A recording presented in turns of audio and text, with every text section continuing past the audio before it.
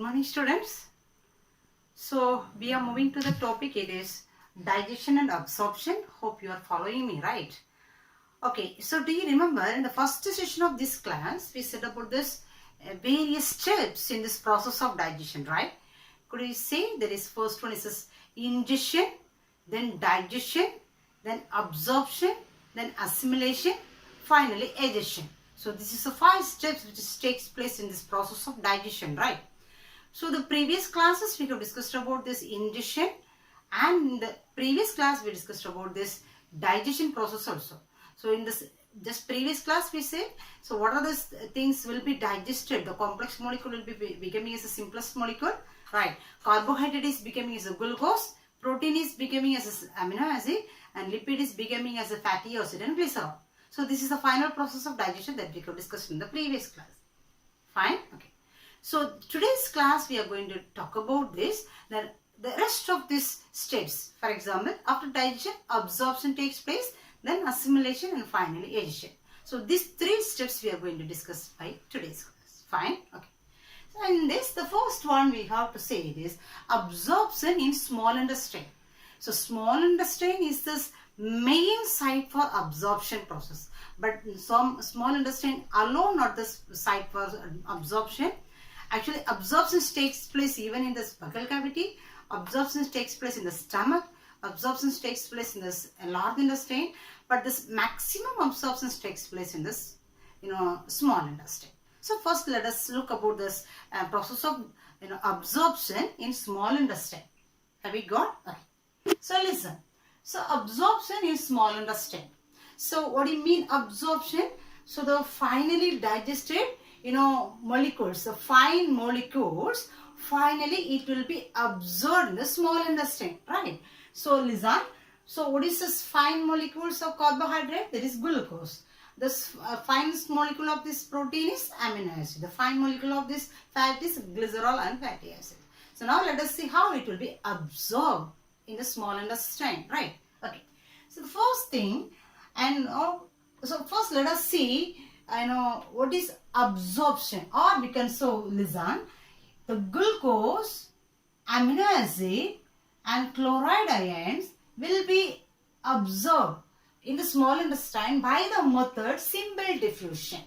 So here actually I want concept we have to say. So here when it is absorbed, so this is the diagram for this villi I have drawn.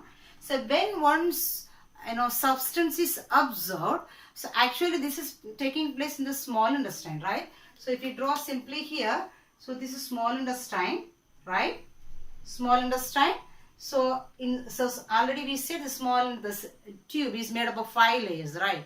Serosa and muscularis, submucosa as well as mucosa. Sorry, 4 layers, right?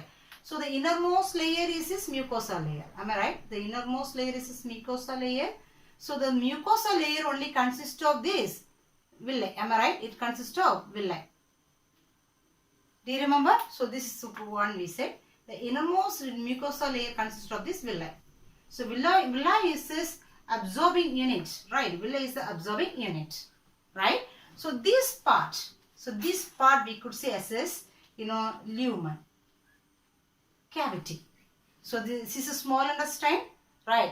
Especially in this ileum part of the small intestine, this absorption process is going on, right? So this is a small intestine we can consider. So inside this mucosa layer, inside the innermost layer is called mucosa. So in this mucosa layer only who is there?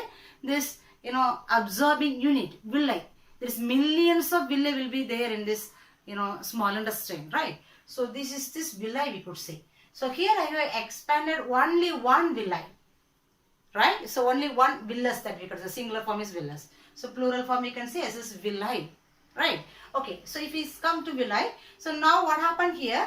Now this digested nutrients. Mostly we can say glucose, amino acid, and fatty acid and glycerol is there now here, right? It is there in this lumen now. Am I right? It is there in the lumen now. So this has to be transported inside this lumen. So this lumen only going to absorb this one.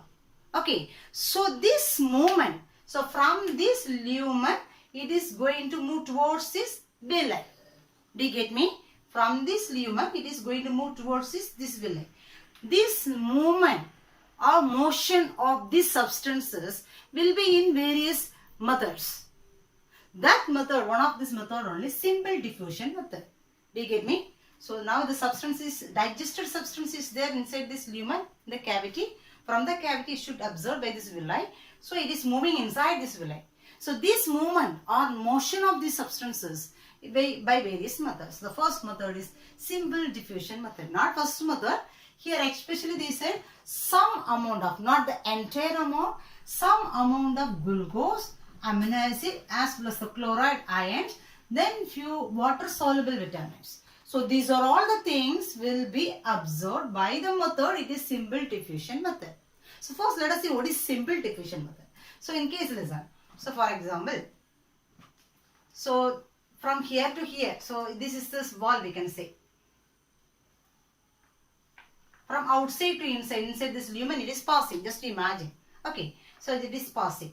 So in case outside also some substance is there. Outside also no substance is there. And inside also substance is there. Inside this villi also substances will be there. This is the villi now. This is villi. Inside this villi. Just imagine inside the villi. This is outside. This is the lumen. Now from lumen to inside it is going to move. Or else we can draw like this also. Right. Okay, we can draw like this. Okay, this is villi. We can say this is villi. Right. And this is the lumen of this intestine. From lumen to this villi it is supposed to move now. In case, for example, what is simple diffusion we are going to explain now. Listen. So here also some molecules are there, here also molecules are there. So simple diffusion means, in case we can say, here the molecule amount we can say it is 5. 5 molecule is there. Here we can say it is 5 molecule is there. But inside it comes here, for example, here 6 molecule is there. But here only 1 is there. Okay, so what will happen? The molecule will move from 6 to higher concentration to lower concentration. So how many has to move? So 2 has to move. When 2 come here, when 2 molecules come here, here it will become 3, here also it becomes 3. Until it becomes a equal concentration, this movement happens. Have we got? That is this, fact actually. So this 2 molecules will move here. So it becomes a 3 and 3, then it will be equalized. Okay. And so this movement will be almost medium size. Another one case we can say, here it is 10. But here it is only 1. Here 10 is there, but here only 1 is there. What will happen? How much has to move here? 4 has to move. So when 4 molecules move, it becomes equal number, right? So that's why 4 molecule has to move here. So it will be little more faster. Okay. Then we could say here it is, 8. But here only 2 is there. So how many has to move here? 3. So listen, actually here it is, just we can write it here, it is 10. And here it is 8. Here 10, here 8. So how many has to move? Only 1 has to move. So then both the sides it becomes 9, right? In this case, only 1 molecule alone has to move. Understand? So the process will be very slow. So what will depend this gradient? So this movement speed is, so the molecule amount will determine this one.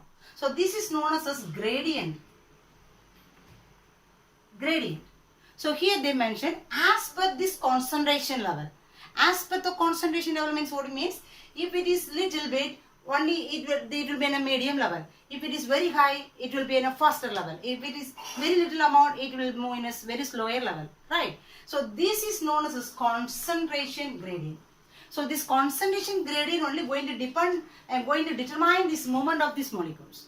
Okay. So this process is known as simple diffusion method, which means the molecule has to move from higher concentration to the lower concentration region. Understand? So this depends upon the concentration gradient.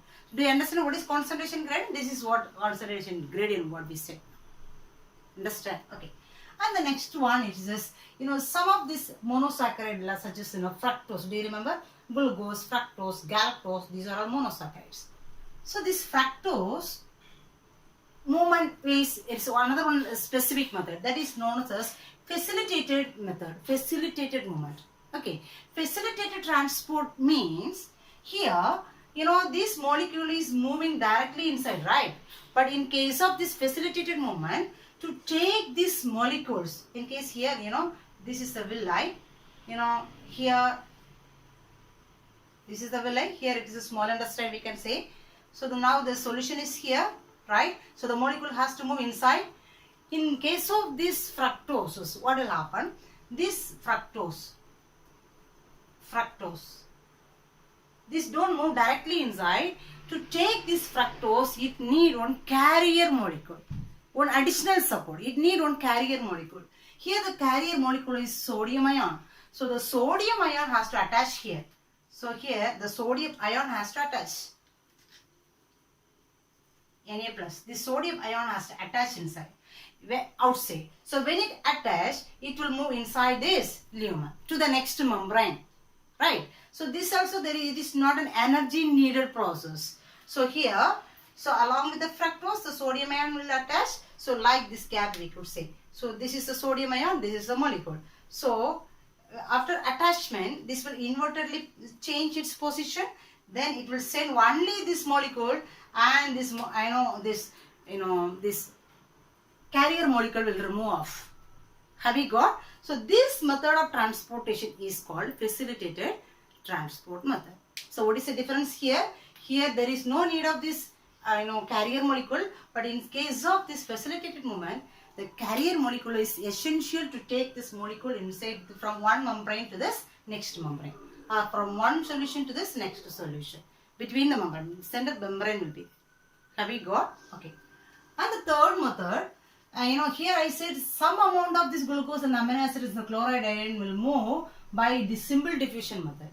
And the rest of the things used to move by active transport method. Active transport method, here also they mentioned glucose, amino acid and the sodium ions. Glucose, amino acid and the sodium ions, and some water soluble glucose, amino acid and sodium ions, plus this fat soluble vitamins, not water soluble, fat soluble vitamins. So these things has to move inside this lumen or to this next membrane by the method active transport method. Active transport means just it is inverted by this method, simple diffusion method. Simple diffusion method, what happened? This molecule is moving from higher concentration to the lower concentration. So it's a simple method. There is no need of extra energy for this process. But in case of this active, the word we can understand.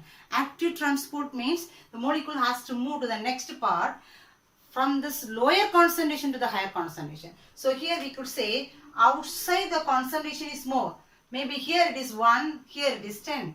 Here it is 1, here it is 6, here it is 8 and here it is 10. Do you understand? So it has to move from lower concentration to the higher concentration. So surely it needs some support. That is with the help of this energy. It is in the form of this ATP. So here it needs ATP, energy, to take this molecule inside this villi. So that kind of this movement or motion or transport is called as active transport method. Okay, so do you get me? So in the absorption in the small intestine, so this digested nutrients has to move inside this villi, right? So between these two, the membrane is there. So this movement or transport is going on by various methods. Either it will be a simple diffusion method, or it will be a facilitated method, or it will be an active transport method. And one more thing they said, water, solvents, especially water, solvents. Water is a major solvent, especially water. We can say water is moving, the method or transportation method is osmosis method. Osmosis method is here, actually it is, higher, this water or solvent will move from lower concentration to the higher concentration. The solvent, especially mainly water. Okay, the water will move from lower concentration to the higher concentration. That process is known as the osmosis process. So this is the method. It is going to transfer from this lumen of this small intestine to this, villi. Understand? So this is the method. So I have said now, mainly I have said about this. Glucose we said, right? Glucose we said, amino acid we said. So everywhere we said about the glucose and amino acid and water also over, right? And the next one is this fatty acid and glycerol. The major thing, carbohydrate over, protein over, and the next one is this fat. So fat will be digested as this fatty acid and glycerol. But they said this is insoluble in water actually. It is not soluble in water. Insoluble in water. So first of all, it has to become as a soluble form. So that is the first process. So this fatty acid and glycerol, it will actually, the process is not mentioned, even though actually it will cover together, then it will absorb this water. When it absorb water, it will become as a micelles droplet. So the biggest one may become as a droplets. The droplet is known as micelles droplet. This is a droplet of this fat now. So this is a soluble form now. It will absorb water. After absorption of this water, it will become as a micelles. Micelles means soluble form of this fatty acid and glycerol. Do you get me? Okay. Then what happens here? Okay, so listen. And so now we got the soluble form of this micelles of droplets, right? Then actually not fat soluble vitamins, not active transport method. Fat soluble vitamins is not active transport method. So this will be coming here, fat soluble. It is insoluble in water. That's why this also has to become by this method, micelles of droplets. Okay. Then this form only transported to the intestinal mucosa. Okay. Intestinal mucosa. So as I said already, this is the innermost layer of this intestine is called intestinal mucosa. So this only transported now inside. Okay. Then finally, after entering into this mucosal layer, it has to transport to the villi now. So before it entered into the villi, in the villi they said, inside this villi, this fat will be surrounded by resynthesized. The word they mentioned is it is resynthesized. How it is resynthesized? This fat will be again, it is surrounded by one layer of protein. So when it is surrounded by the layer of the protein, this is now known as chylomicrons. Chylomicrons.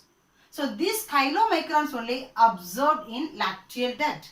Do you get me? So first it is an insoluble form, then it is becoming as a soluble form. The soluble form is known as micelles. Then it is transported to this mucus now, right? From the mucus layer, actually it has to transport it to this lumen.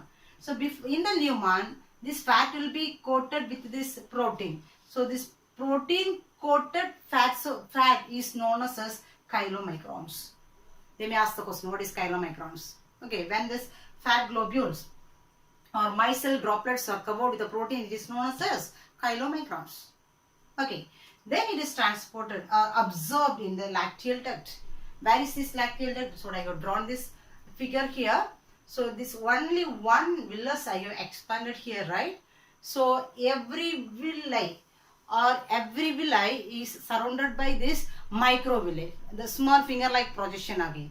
So this is a villi, right? Structure of villi. So this is one villi, and surrounded by this small finger-like projection is there. That is known as microvilli. Okay, and the center region, this blue color, is known as one duct is there, right? This duct is known as lacteal. Sorry. So this duct is known as lacteal. Okay, and surrounding this lacteal there is this blood capillaries. There is a blood capillaries. Okay. Okay, sorry. Then, so this is lacteal and it is leading as a lymphatic duct, right? And so this fat is absorbed in this lacteal duct. So this fat will be absorbed through this lacteal duct and it is taken by this through this lymph. As a lymph, it is coming as a lymph through the lymphatic duct. Okay. Meanwhile, so listen, through this lacteal fats, this fat will be absorbed. Okay, which means fatty acid and glycerol, or we can say it's the chylomicrons. The chylomicrons will be absorbed by this lacteal, and meanwhile the rest of the things, all other digested nutrients will be absorbed by these blood capillaries. Rest, glucose, vitamins, everything, whatever it is, amino acid, everything will be absorbed by these blood capillaries. Okay, only this fat alone will be absorbed by this lacteal duct, And finally, what will happen here? So listen, it is transported to the internal mucosa, then it is absorbed in this lacteal duct, then finally it is released. Where it is released? So after this absorption, it has been taken to the bloodstream, and through the bloodstream it will be taken towards this, liver actually. So through the bloodstream it will take it towards the liver. From there it will be supplied everywhere. Understand? So that's all about this absorption in small intestine we completed. Let us see one small discussion about this, where the other location this absorption takes place. Fine. So let us talk about this other sides of this absorption region, right? So absorption region, the small intestine over, and what are the things will be absorbed and how it will be absorbed is discussed, right? And let us see the next one is absorption in the mouth. So especially the blood capillaries which is present below the tongue will absorb certain drugs. So the mouth also has the absorption capacity. So especially this blood capillaries which is present below the tongue will absorb not every drug, certain drugs alone, right? Then absorption in stomach. So in the stomach, what are the things will be absorbed? So simple sugars. Simple sugar means glucose, fructose, glucose. That we could say is a simple sugar. And alcohol, right? Alcohol will be absorbed in the stomach. Then some medicines. So these things will be absorbed in the stomach region. Okay. And the next one is this large intestine. So large intestine also can absorb. So only in the rectum region, only this waste substances, undigested, fecal matter is to come. Otherwise, this large intestine also absorption process is going on, right? And especially we could say the large amount of water will be absorbed by this large intestine, and vitamins, some minerals, and some certain drugs. So water, vitamins, minerals, and drugs, certain drugs will be absorbed by the large intestine. Okay, so that's all about this absorption. So first we said about the absorption in small intestine. Now mouth, stomach, and large intestine. Okay, and what is the next process? Assimilation, right? So what do you mean assimilation? Now this absorption process is over. So as I said in this here, and these final nutrients will be absorbed by this villi and all these regions. Then it has been taken. So that is I have mentioned it as a assimilation. From villi, it has been taken towards this bloodstream as well as a lymphatic stream. Am I right? So I said fat will be absorbed with the lymphatic vessels, and the rest of the things will be absorbed with the blood capillaries, right? And so from the villi, it will be transported to this blood and lymphatic system.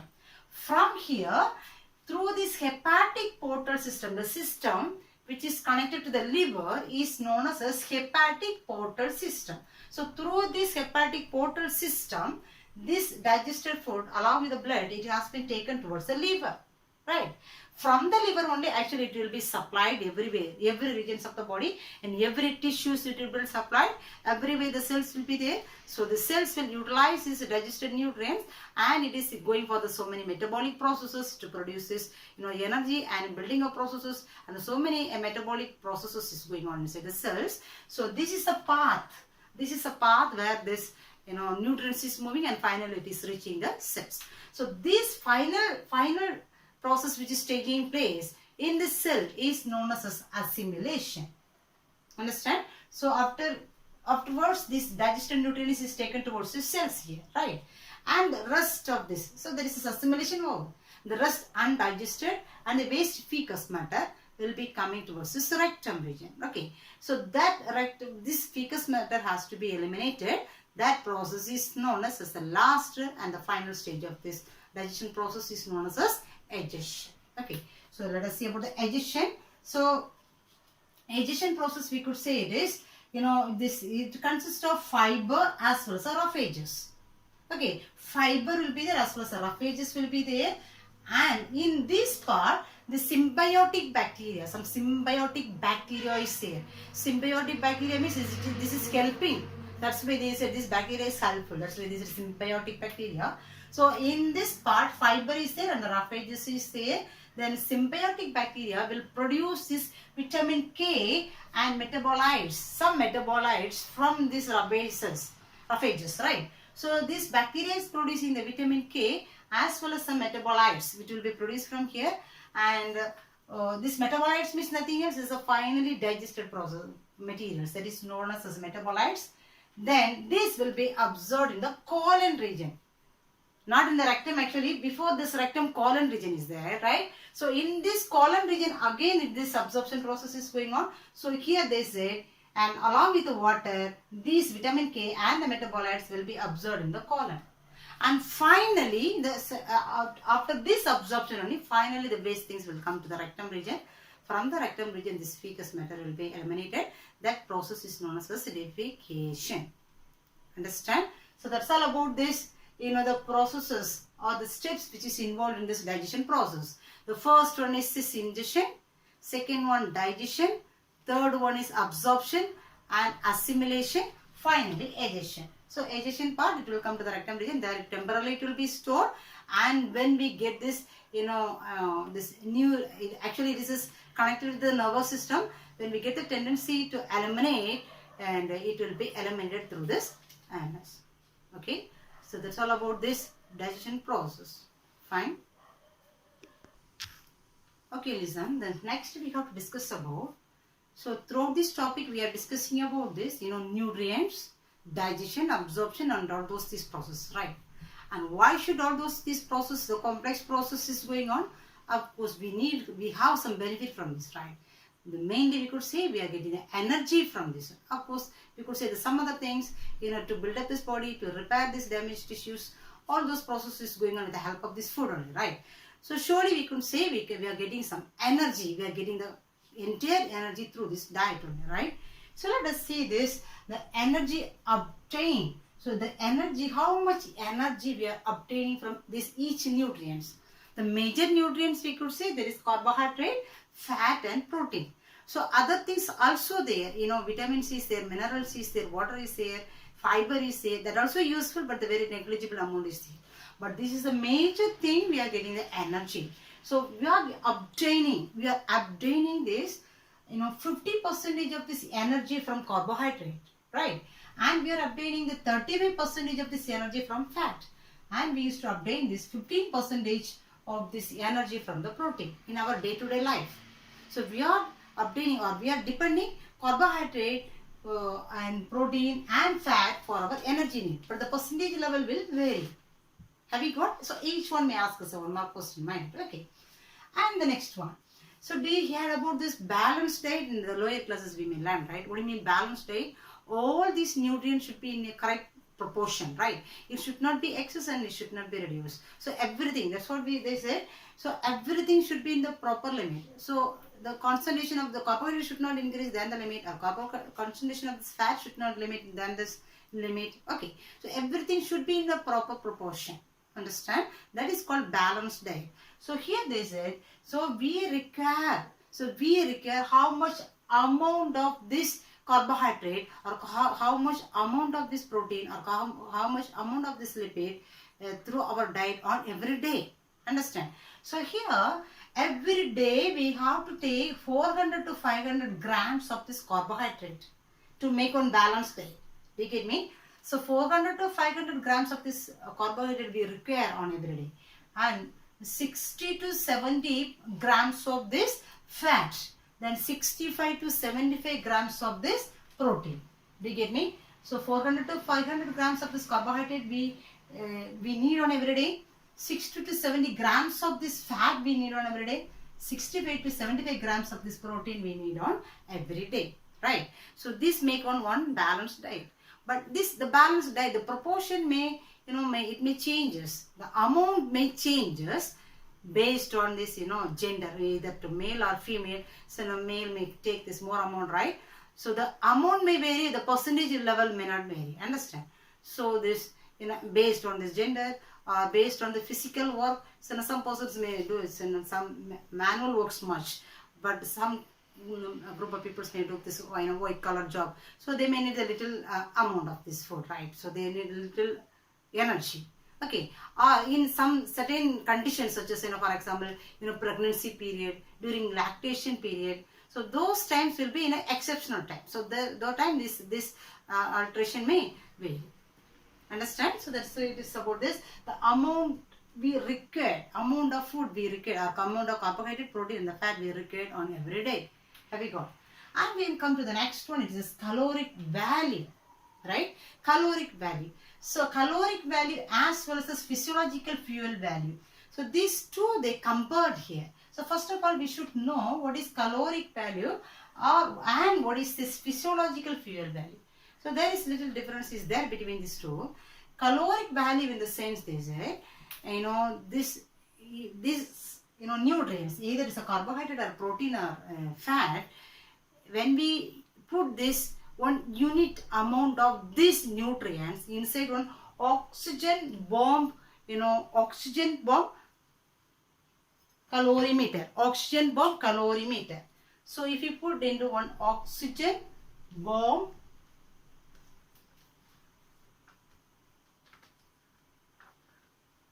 So if you put this inside one oxygen bomb calorimeter, you get me either 1 gram or 1 kg, whatever it is. 1 unit of this nutrient, we are putting inside this, it is one machine. Okay, when you put inside this oxygen bomb calorimeter, the amount of heat produced by this machine is known as caloric value.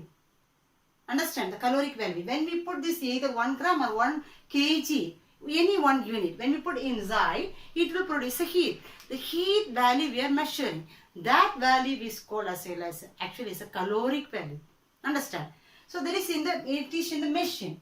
But in case if we are taking this food inside our body, for example, we are taking 1 gram or 1 kg, whatever, 1 unit of this. If we take 1 unit of these nutrients inside the body will obtain the energy from this, right? So the amount of energy utilized by this unit of this nutrient is known as physiological fuel value. Understand? So this physiological fuel value as well as the caloric value of this every nutrient they are given here. Understand? So the first one is this carbohydrate. Carbohydrate we could say always actually this caloric value will be more than the physiological fuel value. The caloric value will be more than the physiological fuel value because in the physiological, inside the body, the entire nutrients will not be converted. The little amount, it will not be converted into energy. The very little amount will be, it will be wasted or lost as a heat. That's why this energy, this caloric value will be less than this caloric value. The physiological fuel value will be less compared with this caloric value. Do you get me? Okay, now let us see about this, the value of this each one. The carbohydrate caloric value is 4.1 calorie per gram. If we put 1 gram, 4.1 calories of heat will be produced. Okay, but physiological fuel value for carbohydrate is 4 kilocalories per gram. 4 kilocalories. This is less than this.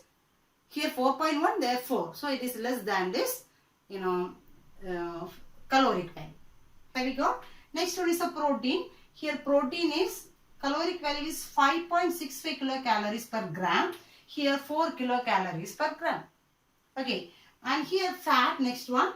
Fat here caloric value is 9.45 kilocalories per gram. But physiological fuel value is 9 kilocalories per gram.